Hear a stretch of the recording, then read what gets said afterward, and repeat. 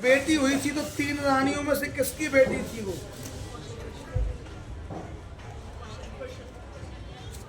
भाई ये तो गलत है।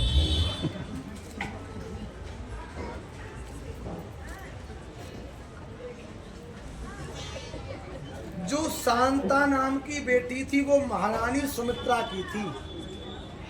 महाराज दशरथ के पुत्र तो एक मित्र थे रोमपाद, उनके कोई संतान नहीं हुई तो महाराज दशरथ ने अपनी बेटी अपने मित्र को दे दी रोमपाद जी को। अब रोमपाद जी के राज्य में एक बार पड़ गया अकाल। अब वो अकाल दूर ना हो तो ब्राह्मणों ने ज्योतिष वगैरह देखा तो कहा अगर इस पर कोई ऐसा ऋषि इस गद्दी पर बैठ जाए इनका उत्तराधिकारी बनकर, जिसने कभी किसी स्त्री पर कुदृष्टि न डाली हो, तो ये अकाल दूर हो जाएगा। अब महाराज ऐसे ऋषि मिले कहाँ उस समय? तो जैसे तैसे जांच पड़ताल की गई तो श्रृंगी ऋषि मिल गए। अब श्रृंगी ऋषि तो मोह माया से दूर, वो तो राज्य में आने को तैयार नहीं। तो रोमपाद महाराज ने दशरथ जी से कही बात। दशरथ जी के मित्र थे देवराज इंद्र, उन्होंने इंद्र से कहा कि हमारे मित्र के राज्य में ऐसी बात है। तो इतना बड़ा षड्यंत्र रचा गया कि देवराज इंद्र ने देवताओं से कहकर वन में एक ऐसा स्थान निर्माण किया जो दूसरा स्वर्ग था, और वहां अनेक अप्सराओं को भेजा। और वो अप्सराएं क्या करती कि जब श्रृंगी ऋषि के जो गुरु थे वो आश्रम से भिक्षा के लिए चले जाते तो वो अप्सराएं उनसे मिलने जाती।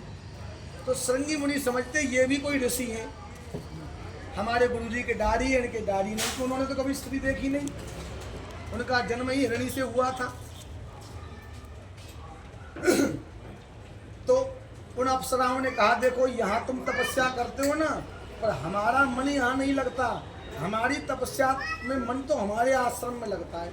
तो रोज अपने उस आश्रम में ले जाती, वहाँ उनको बड़े बड़े दिव्य फलों के रस पिलाती, विभिन्न प्रकार के आलिंगन प्रत्यालिंगन करती, और उनको बड़ा आनंद आता और मन में कोई गलत भाव नहीं था। अब बहुत दिन तक ये ऐसी लीला चली। अब कुछ दिन बाद क्या हुआ कि वो माया का वो सब झंझट हटा दिया। अब 2-4 दिन हो गए वो अप्सराएं नहीं आई। अब श्रृंगी ऋषि रोने लगे, गुरु जी से बोले मुझको वही ऋषि चाहिए जो रोज मुझको अपने आश्रम में ले जाते हैं, मुझको बड़े सुंदर सुंदर द्रव्य पिलाते हैं, मुझसे आलिंगन करके कुछ गुरु मंत्र बताते हैं, उनकी बातों को गुरु मंत्र मानते थे।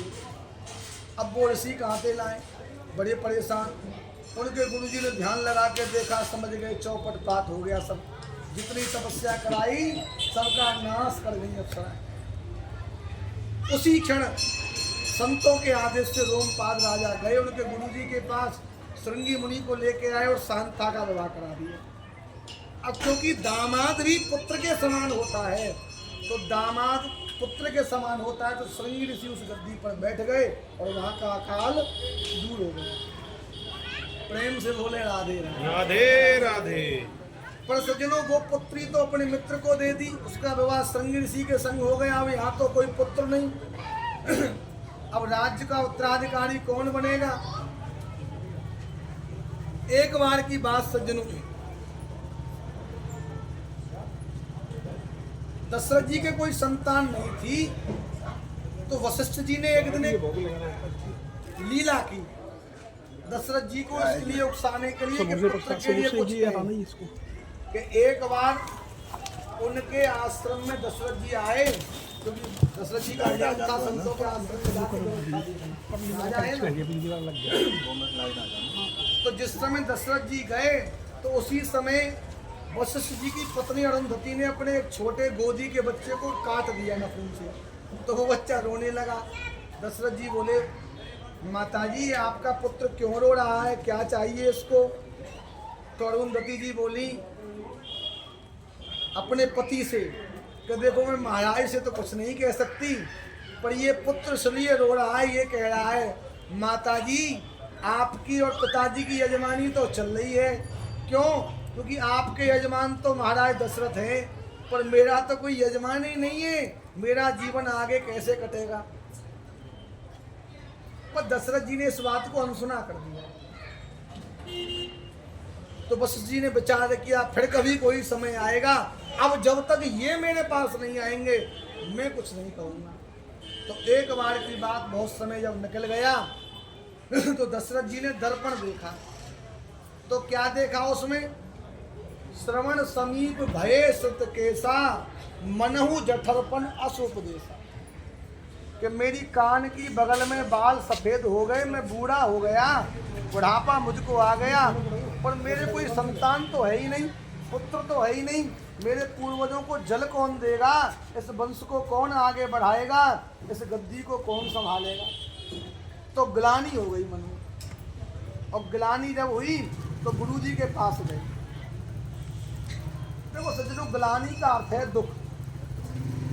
शास्त्रों की मर्यादा है, जीवन में जब तुम्हारे दुख आए तो आस पड़ोसियों से मत कहो, किसी से मत कहो, दुख को 3 जगह कहना चाहिए। पहले तो माता पिता से, माता पिता अगर नहीं है तो अपने गुरुजी से, और गुरुजी भी नहीं है तो भगवान से। इनके अतिरिक्त तुमने किसी और से कहा तो भैया सब रो के सुनेंगे, हंस के तुम्हारे हंसी उड़ाएंगे। रहे मन निज मन की व्यथा, मन ही राखो गोए, सुन ले हंसे हैं लोग सब, पर बांट ना ले है कोई। इसलिए जब मन में कोई दुख हो तो या तो माता पिता से कहो या अपने गुरुदेव से कहो। भगवान से कहोगे तो भगवान डायरेक्ट नहीं सुनते। प्रेम से बोले राधे राधे राधे। और ये बात हमारी बिल्कुल सत्य है कि भगवान डायरेक्ट नहीं सुनते, क्योंकि संबंध करवाना हो तो संबंध डायरेक्ट नहीं हो, बीच में बिचौलिया चाहिए। जब ही ब्याह हुए, जब ही संबंध जुड़े। तो भैया गुरु जी भी जो है ना, ये बिचौलिया ही है, बीच में संबंध जोड़ने वाले। तुम्हारी बात है इधर को कह देंगे, इधर को, और उनकी बात है तुमसे कह देंगे, संबंध जोड़ देंगे। तो अपना दुख जाके इन्होंने गुरु जी से कहा। कैसे कहा आप भी सुने। एक बार भूपति मन माही, भयहु गलानी मोरे सोतना। अंदर 2 जाएंगे, का भी लगवाओ ना, उनसे बोलो जाओ, उनकी बोला 2 बाएं। गुरु ग्रह गया हूँ तुरंत मही पाला,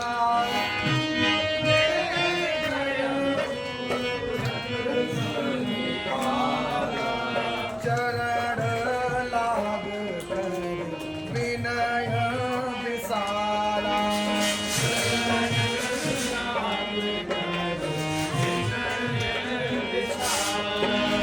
निज सुख दुख सब गुरु सुनायहु,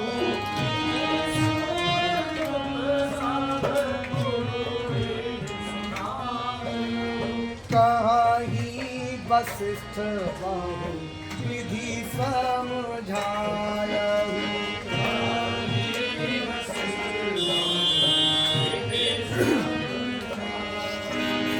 धरहु धीर हो हई सोत चारी,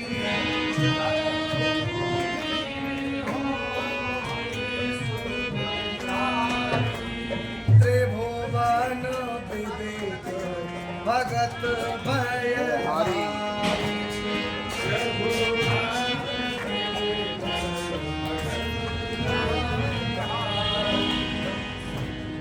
सज्जनों, वशिष्ठ जी के जाकर प्रणाम किया। गुरुजी ने पूछा राजन सब ठीक है? बोले गुरुजी आपकी कृपा से सब आनंद है, पर एक दुख है। क्या दुख है? कि देखो आपका यजमान तो मैं हूँ, पर आपके पुत्रों का यजमान तो है ही नहीं। गुरुजी बोले मैं समझा नहीं। दशरथ जी बोले महाराज आपका यजमान तो मैं हूँ, आपका शिष्य हूँ, लेकिन मेरा तो कोई पुत्र है ही नहीं, राज्य को कौन आगे बढ़ाएगा, तो जब कोई पुत्र ही नहीं होगा, राजगद्दी पे कोई बैठेगा ही नहीं, तो तुम्हारा पुत्र किसके गले में अपनी कंठी बांधेगा, किसको चेला बनाएगा। इस बात को सुनकर इतने प्रसन्न हुए गुरुदेव कि देखो, चाहते तो ये सीधा सीधा कह देते कि मेरे पुत्र नहीं है, पर ये कैसे बात कह रहे हैं कि आपके पुत्र का यजमान नहीं है। और पूछा कैसे नहीं कि मेरा कोई पुत्र नहीं है। तब गुरु जी ने कहा, राजन आप गुरु शरण में आए हो, और गुरु शरण में आने के बाद किसी पे कोई दुख नहीं रहता। तुम्हारे वंश की परंपरा है कि बिना यज्ञ के किसी के कोई संतान नहीं हुई, तो तुम भी यज्ञ करो। सज्जनों, संपूर्ण सूर्य वंश का नियम है ये, शुरू से लेकर अंत तक, कि बिना यज्ञ के काऊ के संतान नहीं भाई, पुत्र नहीं भयो। और संपूर्ण चंद्रवंश का नियम है कि बिना लड़ाई झगड़े के काऊ को ध्याना भयो। ये वरदान है। हेलो, प्रेम से बोले राधे राधे राधे। तो कहा आप भी पुत्र कामेश की यज्ञ कराओ, और यज्ञ के लिए सुंदर ब्राह्मण बुलाओ। तब आपके एक नहीं 4 पुत्र होंगे जिनको दुनिया जाने ऐसे वीर योद्धा। देखो सज्जनों, आजकल आप यज्ञ पूजा पाठ कराते हो, उसका फल क्यों नहीं मिलता? इसका एक कारण है, और मैं जो कारण कह रहा हूँ उसमें यह मत समझना कि मैं ब्राह्मण विरोधी हूँ। मैं ब्राह्मण बालक हूँ, ब्राह्मणों की सेवा करने वाला हूँ, पर एक नियम बता रहा हूँ जो यज्ञ का है। अगर आपको भोजन कराना है तो भले ही रास्ता चलते हुए कोई ब्राह्मण बुला ला, भोजन करा दो, आपको फल मिल जाएगा। पर सज्जनों, आपको यज्ञ पूजा पाठ कथा कीर्तन करानी है तो ब्राह्मण ऐसे ढूंढो जैसे बेटी के लिए दामाद ढूंढती। मतलब कि यज्ञ का ब्राह्मण सबसे पहले तो नशा करने वाला ना हो। ठीक है जी, चिलम गांजा गुटखा तमाकू ये उल्टा सीधा नशा कर रहे हैं ना। अगर ऐसा ब्राह्मण यज्ञ करेगा तो उसको करने वाला ब्राह्मण नरक में जाएगा और कराने वाला यजमान नरक में जाएगा। और जो कहे पंडित जी तुम झूठ बोल रहे हो तो पद्म पुराण का महात्म पढ़ लेना। ठीक है जी। उसके द्वारा भगवान पूजा पाठ ग्रहण नहीं करते। बड़े अचंभे की बात है, आपने अपने घर में सत्यनारायण भगवान की छोटी सी एक कथा कराई है घंटे की, तो आपके घर में जो 6 महीने का बालक है ना, मैया ने सोची आई कथा होगी, तो वो 6 महीने को बालक ठंड में मैया ने भगा दिए। इतनी पवित्रता घर में। और पंडित जी आके सिगरेट पीते हुए आ रहे, गुटखा खाते हुए आ रहे, और कथा का समय आया, बोले वाष्पेश्वर कहाँ है? बोले क्यों? बोले थोड़ा कुल्ला करना है, गुटखा फूकना है। कथा वो तुम्हारे सामने गुटखा थूक रहे हैं, खा रहे हैं, और तब कथा करेंगे। कछु तो ऐसे ही है, मुंह में गुटखा लग रहा है, मंत्र बोल रहे हरिओम नाम व्या भैया खाए को मन बताओ कहाँ की पवित्र। देखो, तुम्हारा अपना निश्चय कुछ भी हो, निर्णय कुछ भी हो, पर भगवान आज भी वही नियम मानते हैं जो वेदों में वर्णित है। सबसे पहले तो नशा से मुक्त ब्राह्मण चाहिए। दूसरा, व्यभिचारी ब्राह्मण ना हो, किसी की बहन बेटी पर बुरी दृष्टि डालने वाला ब्राह्मण नहीं हो। तीसरा, ब्राह्मण संतोषी हो, अपनी दक्षिणा तय ना करेगा इस दक्षिण की मैं इतनी दक्षिणा लूंगा। बहन जी, रास्ता बीच में से दे दो, लोग आ रहे हैं, थोड़ा रास्ता दीजिए बीच में से। अपने लिए ये ना कहे जी मैं तो इतने से कम काम करूंगा ही नहीं। भाई साहब, बीच में से रास्ता बनवाओ। रात में देखो ये माताएं बैठी हैं, बीच में रास्ता बनवाइए थोड़ा सा। क्योंकि भगवान के नाम की कोई कीमत किसी को पता नहीं है कि इतने रुपए का भगवान का एक नाम है। तो भैया भगवान के नाम की कीमत क्या है? सामने से ले जाओ, पीछे से मत ले जाओ। बताया, ऐसे जाओ। जैसे आप अपने बेटा बेटी के लिए उत्सव में धन खर्च करते हो, ऐसे ही आप ब्राह्मण को दक्षिणा दिया। प्रेम से बोले।